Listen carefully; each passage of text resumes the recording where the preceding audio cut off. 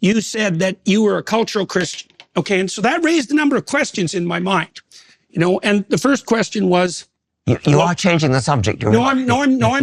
No, I don't think so. Okay. I may be leaping outside of the topic a bit to get back to it. We can do cultural Christianity, but I think, because I have a list of questions that you wanted to ask, and that is one of them. But I think Professor Dawkins did ask you... You were referring to the predictive power and to the utility of the stories. Yeah. Okay, so that's actually what I was trying to zero in on. Go ahead. Okay, so that was the point. Well, it seemed to me that your proclamation that you were a cultural Christian was a recognition and a statement that you had found something in the culture that had been derived from Christianity that you had an affinity with, and that there's some reason for that. And one of the things I wanted to ask you is, well, what do you think that Christianity got right that allows you to make a statement like that? I mean, I know that there's differences perhaps in what we both think about the ultimate veracity of the biblical stories. Maybe there isn't differences. Like, it would take a lot of conversation to figure this out, but what did you mean by that? Like, what do you think that Christianity got right that would enable you to make a statement like that? Virtually nothing. I meant by that no more than that I'm brought up in a Christian culture. I went to Christian schools. I therefore know my way around the Bible. I know my way around the Book of Common Prayer. I know the hymns. That's all. I don't value Christianity as a truth system at all. Okay, so let me ask you about that, because maybe that's true and perhaps it's not. So the first question is, like, do you think that there are any marked differences between cultural traditions that would enable you to rank order them in terms of their ethical validity? Yes, I do. Okay, so for example, we could contrast mainstream UK Christianity with Islamic fundamentalism. Yes. Okay, so there's a hierarchy. There is a hierarchy. Okay, a hierarchy that points to what?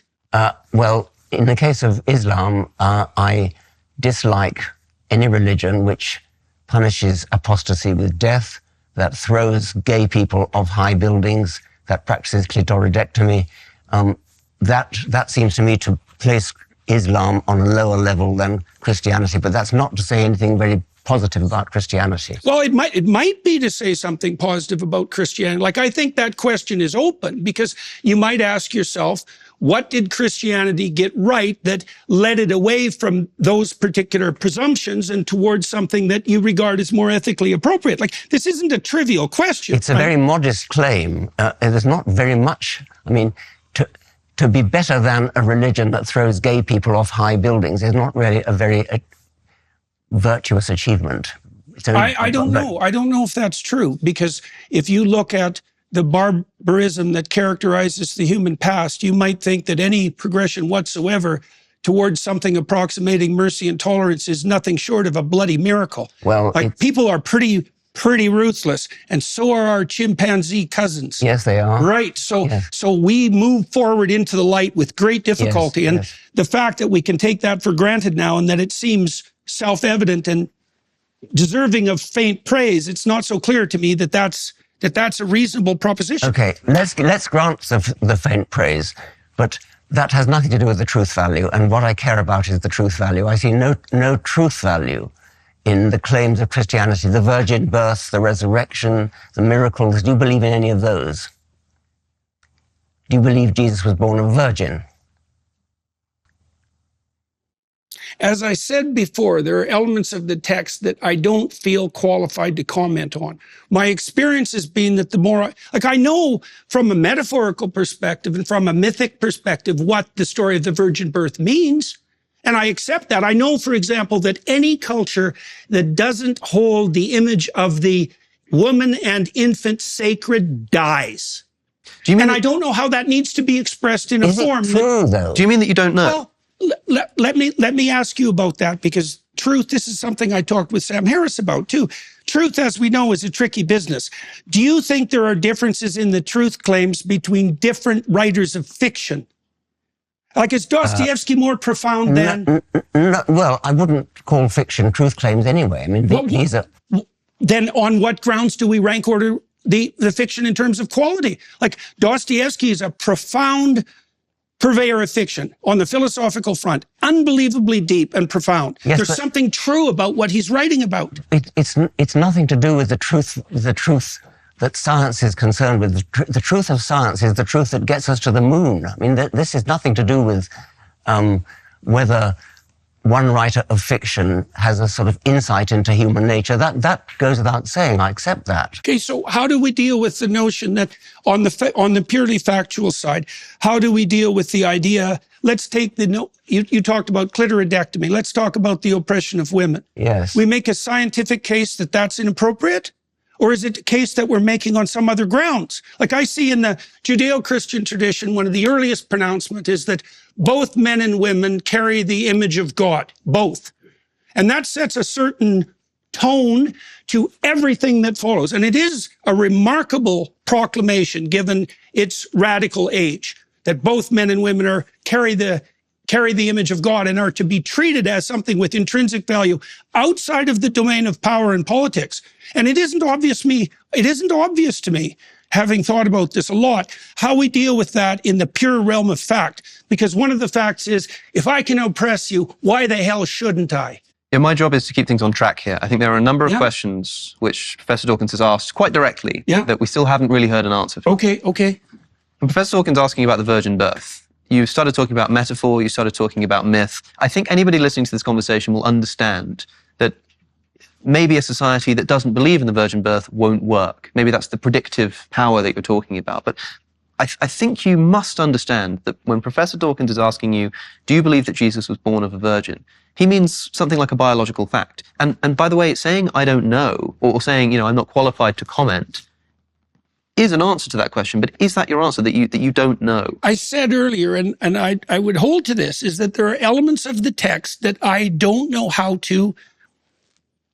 that I'm incapable of fully accounting for. I can't account for what the fundamental reality and significance of the notion of the resurrection is. My knowledge just ends. Sure, but I know that whatever happened as a consequence of the origination and the promotion of the Christian story was powerful enough to bring Rome to its knees and demolish the pagan enterprise. So there's some power in that story that's remarkable. Let's stick to the virgin birth. Yes. Yeah. And, well, the virgin birth results from a mistranslation of Isaiah. You know that. Like these sorts of questions, what would you say? They don't strike me as, they're not getting to the point. I know the story has a purpose. Yes. Well, and look, I understand that there's perfect reasons to debate this. I know that, and I know that your question is more than valid, but it's beside the issue as far as I'm concerned, and it's partly because, well, when we started this conversation, I said, for example, that it appears to be the case that a description of the structure through which we see the world is a story. We see the world through a story. And so that's a remarkable thing. That's a remarkable discovery, and it's emerged probably in the last 60 years in multiple disciplines, because we have to prioritize our facts. And so we prioritize them according to a particular pattern.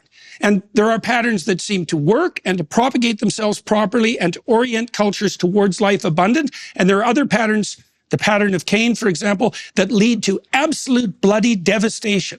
And I don't know exactly how to construe that sort of truth. But we talked about the oppression of women, for example. It's like, how do you make a case on purely factual grounds that women should be treated as equals? It's a moral question, and I know that's exactly. And I was dealing with a factual question, which is, did Jesus have a father?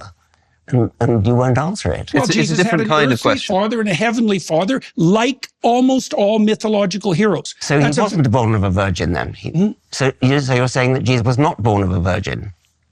I said, first of all, that I don't know how to mediate the fact-value dichotomy in that case. I said the same thing about the resurrection. It's not a value. It's a simple fact. I mean, did a man have intercourse with Mary and produce Jesus? That's a factual question. It's not a value question. You must understand what you're being asked here, that even if you think that, say, the author of the biblical texts intended much more significance than a simple scientific analysis of events, Professor Dawkins is interested in scientific truth. That's the kind of truth that he's interested in. And even if you think it's irrelevant to the point of what the gospel authors were getting at, that first needs to be clarified before you can then begin actually uncovering what the stories are about. So I think Professor Dawkins is asking from a scientific perspective, and maybe you think that that scientific approach is wrong, but if you just take it for a moment, maybe this is how we find out that it is wrong. Let's take a scientific approach, ask the question, did this occur? I think that it's inappropriate to use a question like that to attempt to undermine the validity of the entire, what would you say, deep mythological enterprise. Well, suppose we weren't doing that. Suppose we were asking out of interest. Suppose that we were all here devout Christians, maybe even Jungian Christians, and we thought, this is interesting, over dinner. Do you think it really happened, like scientifically? Would your answer just be, I don't know? Yes. And you wouldn't consider it, I mean, it's not an inappropriate question to ask, just on a point of interest. Right. Did this really occur? And I think so often people are asking you that, and especially given the context of this conversation, we've heard everything that you're saying about metaphor and myth, but because the question is still then being asked, did it really happen? You know that that's what you're being asked. And the way you just so easily said yes, I wonder why you struggle to do that in so many other circumstances. I think because I don't look at the situation the same. The way that Dr. Dawkins and I look at the situation are really quite different, and at many, many, many levels. You know, so even on the meme question, for example, you know, like, I know the literature on the history of religious ideas. I see how these ideas have battled across millennia in a manner that is very reminiscent to me of the same sort of claim that Dr. Dawkins is putting forward with regards to meme. I know that literature. Dr. Dawkins doesn't know that literature. And it's very difficult for me to communicate from within the confines of that literature because it's extensive and deep. And we're dealing with things that we don't understand the relationship between metaphoric truth and value-predicated truth and factual truth. We don't understand that. It's a big problem. There's no evidence whatsoever from the scientific perspective that we can orient ourselves in the world merely in consequence of the facts. Sure. And that's a fact. And it's a fact that's been detailed out in great detail in the last 60 years by people from a variety of different disciplines. We have to prioritize the facts. That's a value hierarchy. There may be true and false ways of prioritizing facts, but you can't determine the truth or falsehood of the way that you prioritize facts by making reference to the facts. That's a big problem. Okay, let's talk about that as perhaps a slight detour here, because I think we do need to come back to this Christ resurrection thing. But Professor Dawkins, would you say that underlying the scientific enterprise is a fundamentally unscientific assumption? You can make scientific investigations in the world, but in order to do so, you need to choose what to prioritize. You need to choose what to investigate. You also need to value the truth. You need to have a value and a motivation for doing it in the first place. Those kinds of things cannot themselves be scientifically justified. And so does the scientific enterprise have an unscientific assumption of the space? I suppose it does. I mean, I think that maybe just be Jordan and Richard, by the way. I think that Jordan prioritizes myth and I prioritize fact.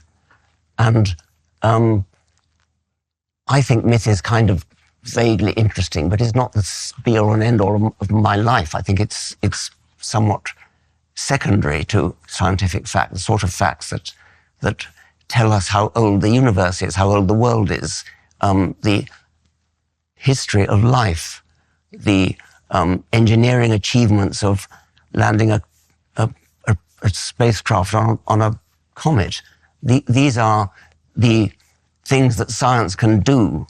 And as I said, the predictions of quantum theory, to come back to that, the predictions of quantum theory, which are verified to a sufficient number of decimal places that it's equivalent to predicting the width of North America to one hair's breadth.